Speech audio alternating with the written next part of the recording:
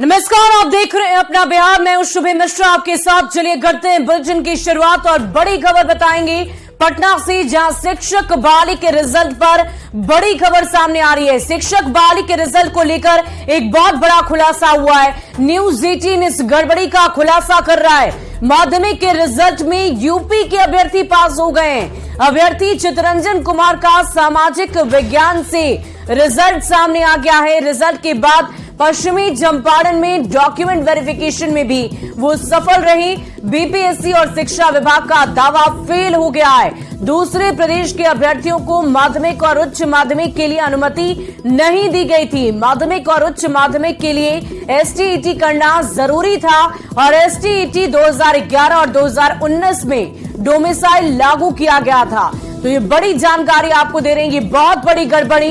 अब सवाल ये है कि आखिर इस अभ्यर्थी का रिजल्ट जारी कैसे हो गया, जो यूपी से आते हैं, दूसरे राज्य से हैं, बावजूद जब इन्हें अनुमति नहीं दी गई थी। खास करके दूसरे प्रदेश की जो बगैर एसटीईटी पास अभ्यर्थी हैं, उन्हें अनुमति नहीं थी। और ऐसे में उनके रिजल्ट को लेकर अब ये बड़ा सवाल उठ रहा है कि आखिर इस तरह की गड़बड़ी बार बार क्यों होती है और इस गड़बड़ी पर कब तक जवाब मिलेगा।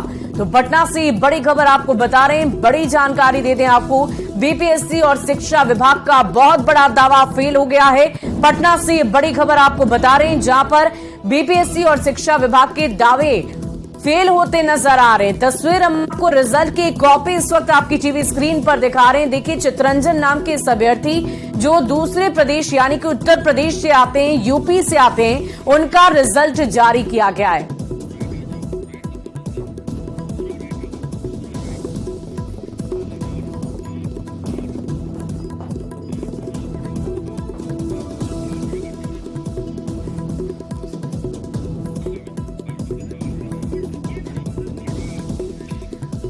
और ऐसे में अब न्यूज 18 पूछता है सवाल, जब एसटीईटी 2011 डोमिसाइल लागू था, एसटीईटी 2019 में भी डोमिसाइल लागू था, तो बाहरी अभ्यर्थियों को नियुक्ति कैसे दी जा रही है। ये तस्वीर हम इसलिए आपको दिखा रहे हैं, ये सवाल इसलिए दिखा रहे हैं क्योंकि स्पष्ट ये सवाल उठने लाजमी हो जाते हैं कि बार बार ये गड़बड़ियां क्यों हो जाती है।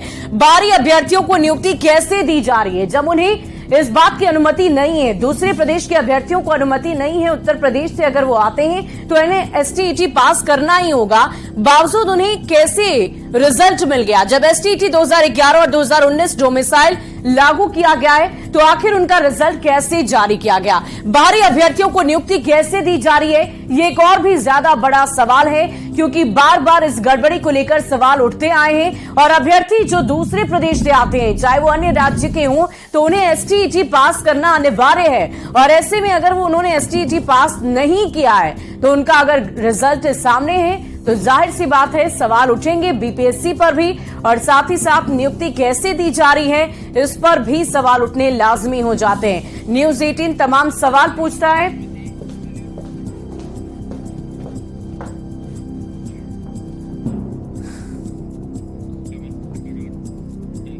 तो शिक्षक अभ्यर्थियों ने शिक्षक बहाली परीक्षा के रिजल्ट में गड़बड़ी का आरोप लगाया है। शिक्षक अभ्यर्थियों ने आयोग से संशोधित रिजल्ट और वेटिंग लिस्ट जारी करने की मांग कर दी है और धमकी दी है कि मांग अगर नहीं पूरी की गई तो वो लोग सड़क पर उतरेंगे।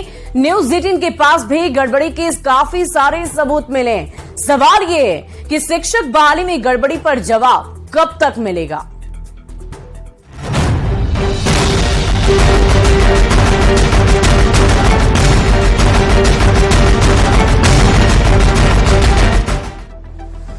शिक्षक बहाली का रिजल्ट आने के बाद से लेकर आज तक शिक्षक बहाली के रिजल्ट में गड़बड़ी का आरोप भी लगता आ रहा है। एक तरफ सफल अभ्यर्थियों का डॉक्यूमेंट वेरिफिकेशन हो रहा है, साथ में काउंसलिंग भी कराई जा रही है। दूसरी ओर शिक्षक अभ्यर्थियों ने रिजल्ट में गड़बड़ी का आरोप लगाकर आंदोलन की चेतावनी दे दी है। का टोटल आवेदन में 1638 ऐसे अभ्यर्थी थे जिनका आइडेंटिटी मार्केबल है।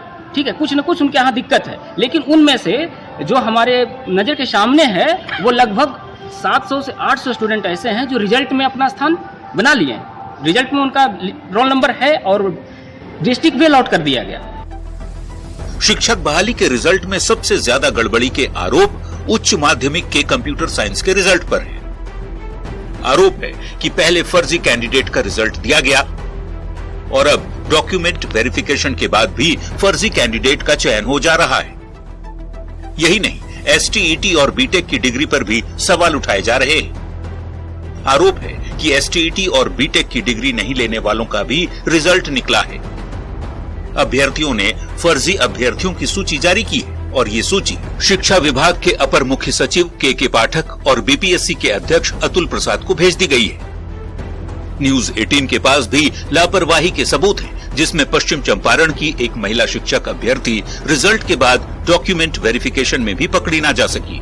बता दें कि सुप्रीम कोर्ट के आदेश के बाद बीएड अभ्यर्थियों का रिजल्ट नहीं निकलना है, लेकिन बीएड की हुई महिला का पहले प्राइमरी में रिजल्ट जारी हुआ, रिजल्ट के बाद डॉक्यूमेंट वेरिफिकेशन हुआ, वेरिफिकेशन के बाद ट्रेनिंग के लिए लेटर भी थमा दिया गया और डीईओ के पत्र पर महिला अभ्यर्थी की ट्रेनिंग भी शुरू हो गई। सवाल है कि जब प्राइमरी में बीएड अभ्यर्थी का रिजल्ट जारी नहीं करना था तो फिर कैसे रिजल्ट जारी हो गया, यानी सिस्टम में कहीं खामी है। यही वजह है कि शिक्षक अभ्यर्थियों की मांग है कि फिर से संशोधित रिजल्ट और वेटिंग लिस्ट जारी की जाए। शिक्षक अभ्यर्थियों का कहना है कि मांग यदि नहीं मानी गई तो वे सड़क पर उतरेंगे। न्यूज 18 के लिए पटना से संजय कुमार और रजनीश कुमार की रिपोर्ट। और शिक्षक बहाली के रिजल्ट में गड़बड़ी के आरोप लगने के बाद अब बिहार की सियासत भी गर्मा गई है। बीजेपी जहां सरकार पर सवाल खड़े कर रही है, वहीं महागठबंधन बैकफुट पर नजर आ रही है। बिहार का शिक्षक बहाली घोटाला जो हुआ है, इसका जवाब कब देगी बिहार सरकार? बिहार सरकार इसको कहीं दूसरा चारा घोटाला तो नहीं बनाने में लगी है, चूंकि ये चारा घोटाला के सुप्रीमो के अंदर में ही ये विभाग भी आता है, तो कहीं राजद दूसरा चारा घोटाला करने के चक्कर में शिक्षक घोटाला बहाली तो नहीं करने जा रहा है। ये कब होगी जांच? माननीय मुख्यमंत्री जी, आप कब न्याय देंगे बिहार को, बिहार के शिक्षकों को, बेरोजगारों को, नौजवानों को, नौनिहालों को? जो राजनीति करना चाहते हैं वो भ्रम फैला करके, भ्रम की स्थिति खड़ा करके कहीं ना कहीं हमारे संकल्पों को, जो हमारा संकल्प रहा है कि हम नौजवानों को रोजगार देंगे, हम नौजवानों को नौकरी देंगे, अब विवाद के रूप में खड़ा करके अपनी राजनीतिक रोटी सेकना चाहते हैं। वैसे लोग भ्रम की स्थिति खड़ा करके नौजवानों के बीच में जो राजनीति करना चाहते हैं वो राजनीति बिहार में चलने वाली नहीं है। लोगों में हर्ष का माहौल है। इसी बीच कुछ लोग गड़बड़ी करने की भी कोशिश करते हैं, लेकिन विभाग की पैनी नजर है, कार्रवाई सुनिश्चित की जाएगी। बहुत सारे मामले कोर्ट के भी संज्ञान में है, तो कोई ये सोचेगा कि गड़बड़ी करके शिक्षक बन जाए तो बिहार में यह संभव नहीं है। अगर शिक्षक बहाली में कहीं कोई गड़बड़ी हुई है तो तथ्यों के साथ शिकायत लेकर सामने आइए, वो कोई हो उस पर कार्रवाई निश्चित तौर पर होगी, चाहे बीपीएससी का अधिकारी हो या शिक्षा विभाग का।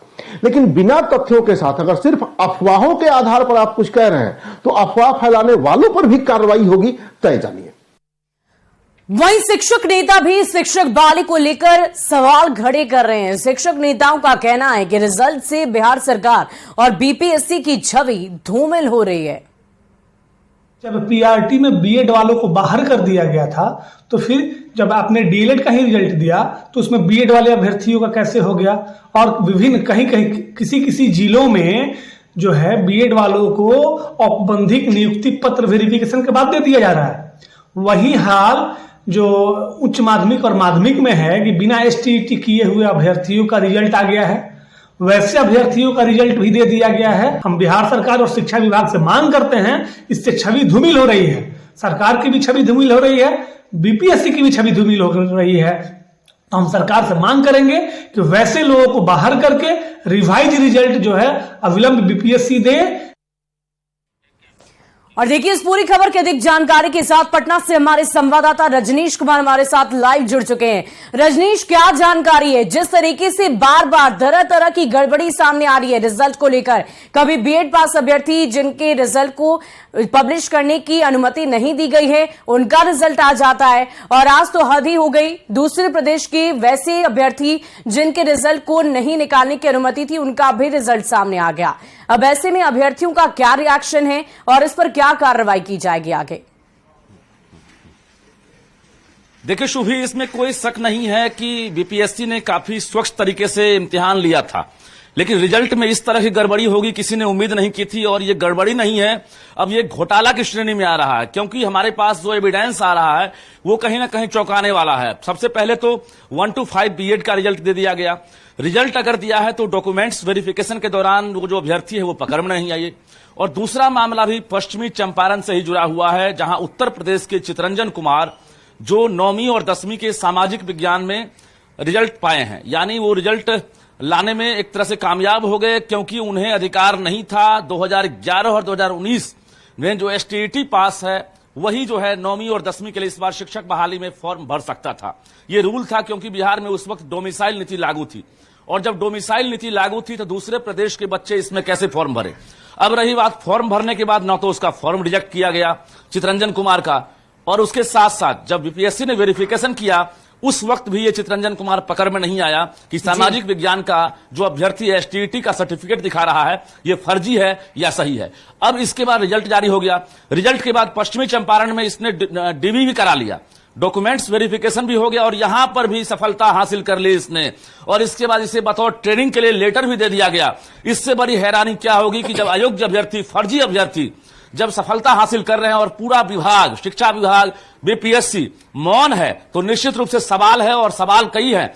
गणित में अगर बात करेंगे, एक साथ सीरियल नंबर से जो है 40 से 45 अभ्यर्थी सफलता हासिल किए हैं, वो भी हम खुलासा करेंगे। इसके साथ साथ सामाजिक विज्ञान में हमने गड़बड़ी का खुलासा किया है। कंप्यूटर साइंस में बिना स्टेट पास और बिना बीटेक डिग्री, बीसीए डिग्री वाले को सफलता मिल गई, ये भी सवाल है। तो कई सवाल हैं, और हम इस सवाल का जवाब बीपीएससी के चेयरमैन से उम्मीद कर रहे हैं, शिक्षा विभाग के एसीएस के पाठक से उम्मीद कर रहे हैं, और जो तथ्य सामने आ रहा है इस तथ्य वाकई रजनीश जो शिक्षक अभ्यर्थी हैं उनका भविष्य अवधर में ही नजर आ रहा है, क्योंकि उनको जो उम्मीद थी बीपीएससी से, शिक्षा विभाग से, वो उम्मीद पूरी नहीं हुई। लेकिन रजनीश, क्या हम ये समझे कि क्या इसके पीछे भी जैसे एग्जाम लिया जाता है उस दौरान एक गिरोह सक्रिय हो जाता है जो चीटिंग करवा सके, और इस तरह के गिरोह होते हैं, लेकिन क्या इस गड़बड़ी के पीछे भी कोई गिरोह सक्रिय हो सकता है?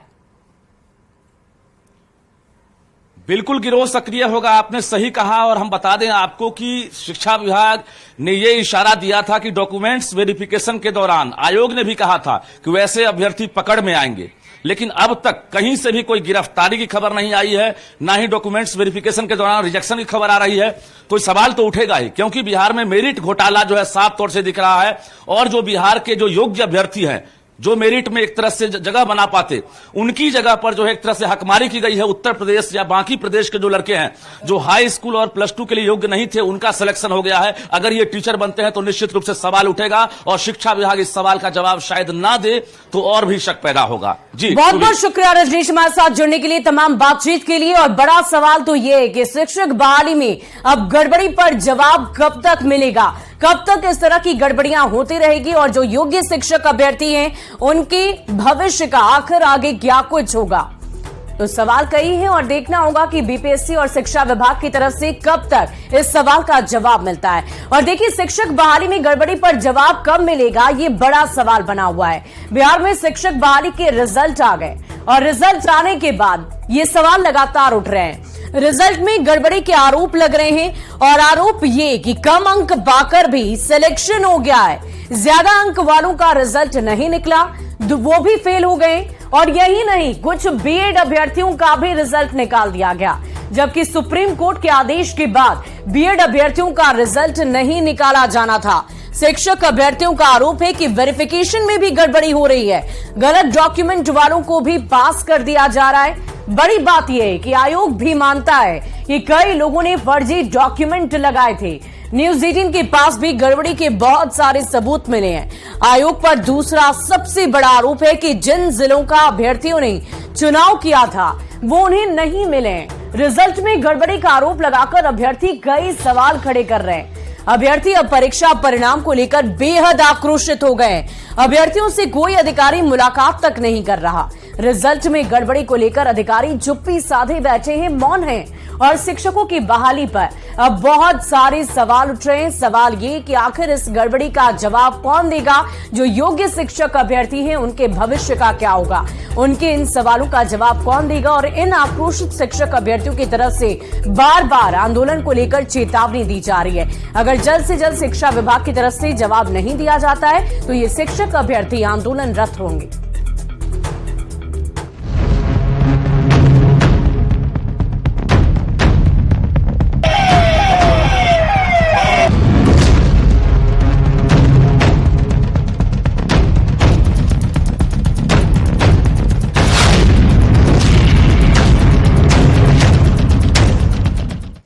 और इसी बीच बड़ी खबर गोपालगंज से। सोमवार की देर शाम दुर्गा पूजा पंडाल के पास भगदड़ में 2 महिला और एक बच्चे की जान चली गई।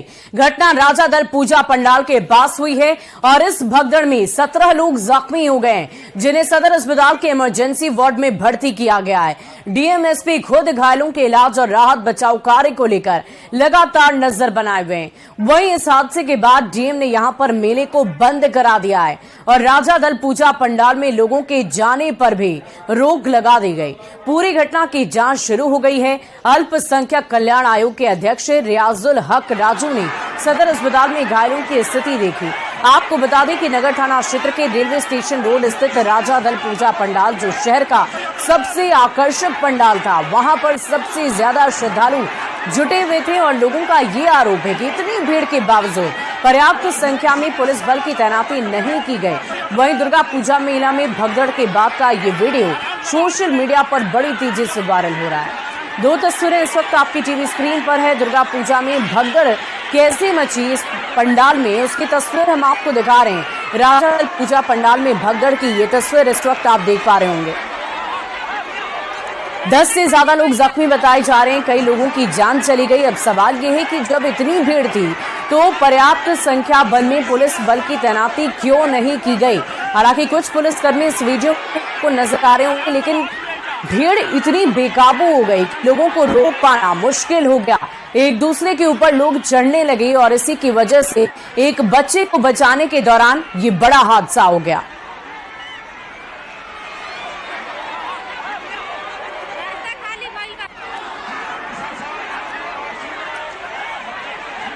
और बिहार में जीवंत सांस्कृतिक जीवन है। बिहार की संस्कृति विशिष्ट है।